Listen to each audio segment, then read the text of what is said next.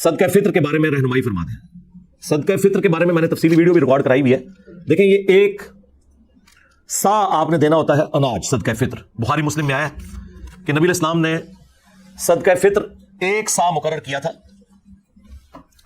اناج جو کی شکل میں, گندم کی شکل میں, کھجور کی شکل میں, پنیر کی شکل میں, کشمش کی شکل میں, یہ ساری چیزیں بخاری مسلم میں آئی ہیں. اور ہر بڑے چھوٹے ایون ایک دن کے بچے کی طرف سے بھی, خواہ غلام ہے یا آزاد ہے, مرد ہے, عورت ہے, بوڑھا ہے, بچہ ہے, وہ اس نے ادا کرنا ہے ایک سا. یہ نبی علیہ السلام نے اسے مشروع فرمایا. اور ابو داؤد کے اندر حدیث موجود ہے کہ نبی علیہ السلام نے جو روزہ دار کے روزے میں جو کمزوریاں رہ جاتی ہیں نا, کبھی فوش گوئی ہو گئی, کوئی اور گناہ کا کام ہو گیا, اس کی کمپنسیشن کے لیے مشروع فرمایا اسے کہ ہر شخص نے یہ ادا کرنا ہے. اور صحابہ کرام اسے عید سے پہلے ادا کرتے تھے, اور پریفریبل یہ کہ بالکل آخری دنوں میں آپ اسے ادا کریں. اب اس حدیث کی طرف آئیں جو بخاری مسلم میں موجود ہے کہ وہ سا کیا ہے. سا ایک پیمانہ تھا میئرمنٹ کا نبی علیہ السلام کے مبارک زمانے کے اندر. ایک سا کے اندر 4 مد ہوا کرتے تھے. جس طرح ہمارے زمانے میں 1 کلو گرام کے اندر 4 پاؤ ہوتے ہیں. 1 کلو گرام ہم کتنا لیتے ہیں؟ 1000 گرام. اور 1 پاؤ کتنا ہے؟ 250 گرام. 250 والے 4 ہوں تو 1 کلو گرام بن جاتا ہے. بالکل اس طریقے سے اس زمانے میں 4 مد مل کر ایک سا بنایا کرتے تھے. اور یہ میئرمنٹ تولنے کے اعتبار سے نہیں ہوتی تھی, ماپنے کے اعتبار سے ہوتی تھی. یعنی گڑویاں بنی ہوئی تھی. جس طرح ہم بھی بچپن میں کبھی محلے میں وہ بیر بیچنے آتا تھا تو گڑویاں بھر کے نا وہ دیتے ہوتے تھے. آج کل تو تول کے ہوتے ہیں نا, گڑویوں کے ذریعے ہوتے تھے. ابھی بھی گڑوی والا ہے ماپنے والا. دودھ کے کیس میں 1 لیٹر کا ہم نے پیمانہ رکھا ہوا ہے. 1 لیٹر کے اندر 1000 ملی لیٹر ہوتے ہیں. لیکن ہم غلط العام میں پتا اسے کیا کہتے ہیں؟ 1 کلو دودھ دے دو. حالانکہ اگر آپ 1 کلو دودھ لے رہے ہیں تو وہ 1 لیٹر دودھ سے کم ہوگا, کیونکہ دودھ کا وزن پانی سے زیادہ ہوتا ہے. ہاں 1 کلو گرام پانی اور 1 لیٹر پانی یہ اپنے وزن میں برابر ہوں گے, کیونکہ وہ 1 لیٹر پیمانہ رکھا ہی گیا ہے کہ سٹینڈرڈ پانی کو مانا گیا کہ پانی کا جو وزن ہے نا 1 کلو گرام جو ہو, وہ پانی جتنا والیوم گھیرتا ہے, جتنی جگہ گھیرتا ہے, اسے 1 لیٹر قرار دے دیا گیا اور وہ پیمانہ بن گیا اس کا. لیکن دودھ تو پانی سے تھوڑا وزنی ہوتا ہے. تو دودھ اگر آپ 1 کلو گرام لیتے ہیں نا, 1 کلو گرام دودھ, تو وہ آپ کو 1 لیٹر پانی یا 1 لیٹر جو دودھ ہونا چاہیے تھا اس سے کم پڑے گا, کیونکہ اس کا وزن زیادہ ہے, وہ پہلے ہی پورا ہو جائے گا. ٹھیک ہو گیا؟ یہ میں نے آپ کو کلیریفائی کر دیا. اچھا اب آ رہے ہیں اس طرف. تو اب عرب ملکوں کے اندر تو یہ آج ظاہر ہے وہ عرب کے لوگ پھر اپنی اس ڈکشنری کو ٹرانسفر کر کے باقی لوگوں کو بتاتے ہیں یہ پیمانے تو ان کے تھے.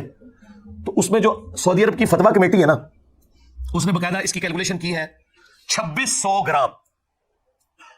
یہ فتویٰ کمیٹی نے جو ڈاکومنٹ نکالا نا, ویسے تو اگر یہ پورا 2500 گرام ہوتا تو ہم کہہ دیتے 2.5 کلو, لیکن انہوں نے نکالا ہے اس کا 2600 گرام, یعنی 2.5 کلو کے اوپر 100 گرام. ایک کیلکولیشن یہ چل رہی ہے. ایک اور کیلکولیشن ہے جس میں ذرا پرانے زمانے کی ہے, وہ کنورژن کرتے ہیں نا, 2750 گرام بن رہا, یعنی 2.25 کلو.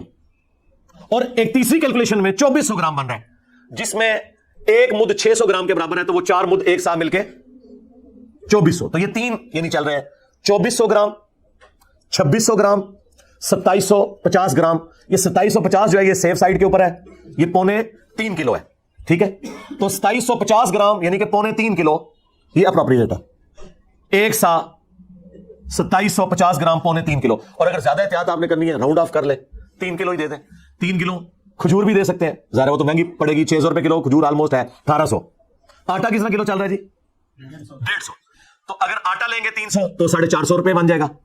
ٹھیک ہے, کشمش لیں گے تو ہزاروں میں بنے گی, پنیر لیں گے ہزاروں میں بنے گی. اچھا یہ سب پھر وہ آپ نے 2.25 کلو یا 3 کلو, سب کے لیے وزن ایک ہی ہے, ایک سا, کیونکہ بخاری مسلم میں ہے کہ ایک سا دیتے تھے اناج, اور پھر ساتھ دیا کشمش, پنیر, کھجور, گندم, جو اناج ہے وہ سارے کا سارا اس میں آتا ہے. وزن وہی رہے گا 2.25 کلو یا راؤنڈ آف کر کے 3 کلو. اور یہ جو میں آپ کو یہ فگر بتا رہا ہوں یہ سنی اور شیعہ کے ہاں کامن ہے. ہاں مسلم شریف میں آتا ہے کہ حضرت معاویہ رضی اللہ تعالیٰ عنہ نے جہاں اور کئی معاملات کے اندر سنت میں اپنی رائے کو داخل کیا, اس میں بھی داخل کر دیا تھا. انہوں نے کہا تھا کہ جی ہمارے والی جو گندم ہے وہ اعلیٰ کوالٹی کی ہے, لہٰذا ہم آدھی گندم دیا کریں گے. تو ابو سعید خدری اس پہ ناراض ہوئے, انہوں نے کہا کہ میں جو چیز رسول اللہ سے سن چکا ہوں اور آپ کے حکم پہ عمل کر چکا ہوں, میں تو مرتے دم تک ایک سا ہی دیا کروں گا صدقہ فطر. تو شکر الحمدللہ ماموں پارٹی بھی ایک سا ہی دیتی ہے آج. ہاں, وہ ماموں کے مطابق نہیں چل رہے بلکہ بخاری مسلم کے مطابق چل رہے. تو وہ آپ نے نصف سا نہیں کرنا کہ جی وہ والی گندم سستی ہے تو وہ والی مہنگی ہے. گندم جو آپ کھاتے ہیں وہ.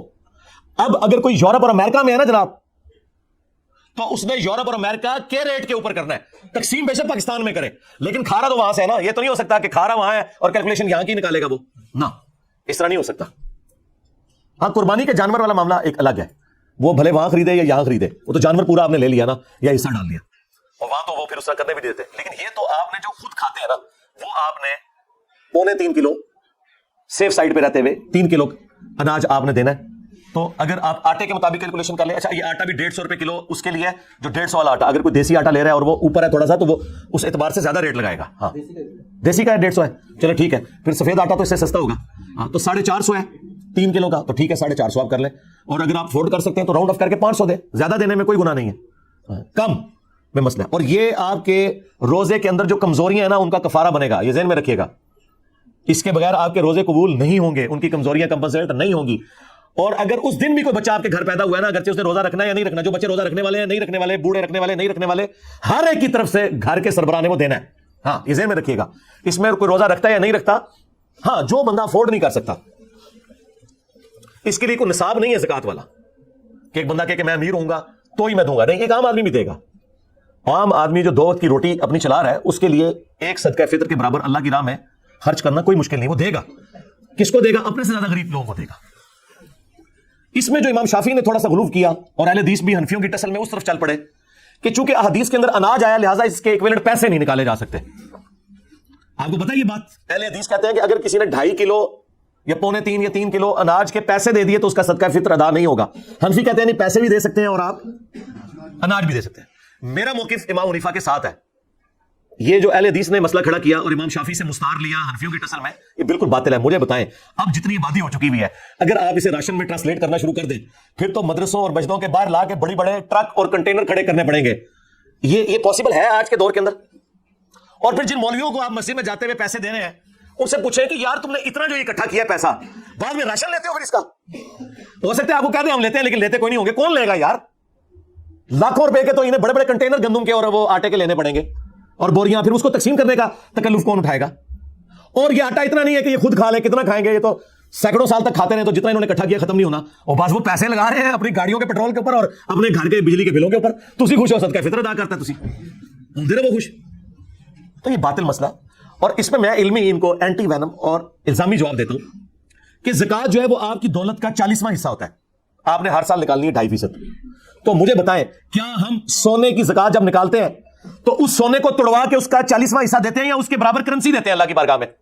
کرنسی. ادھر کبھی کسی اہل حدیث نے نہیں کہا کہ جی نہیں, وہ سونے کے بدلے سونا ہی دینا ہوتا ہے کیونکہ زکات تو سونے کے اوپر ہے اور سونا نکالنا ہے, چاندی کے بدلے چاندی نکالنی ہے. وہاں تو کوئی نہیں کہتا.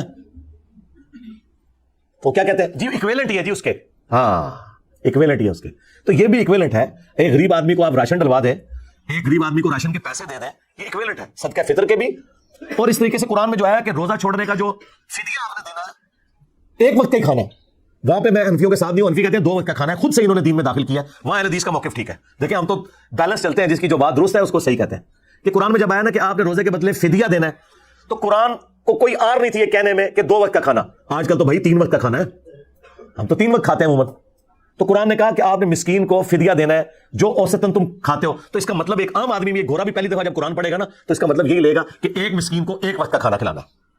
حنفیوں کا 2 وقت کا کھلانا باطل ہے, کیونکہ آج کل تو ہم 3 وقت کھا رہے ہیں. پھر ہر زمانے کا, ہر علاقے کا اپنا کلچر ہے.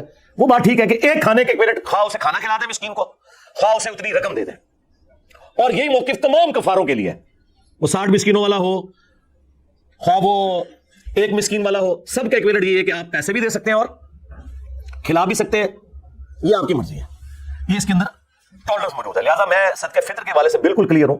اگر آپ پیسے بھی دیتے ہیں کوئی ایشو نہیں ہے, اور جو لوگ زیادہ افورڈ کر سکتے ہیں وہ 3 کلو یا 3.25 کلو کشمش کی رقم کیلکولیٹ کرے. اب مجھے تو اس کی قیمت پتہ ہی نہیں کہ اس وقت کیا ہوگی, کیونکہ ہم تو کوئی آئٹم نہیں ہے, یہ تو چھٹانک برابر لیا جاتا ہے, اتنا مہنگا ہے, تو وہ ہزاروں میں بن رہا ہوگا.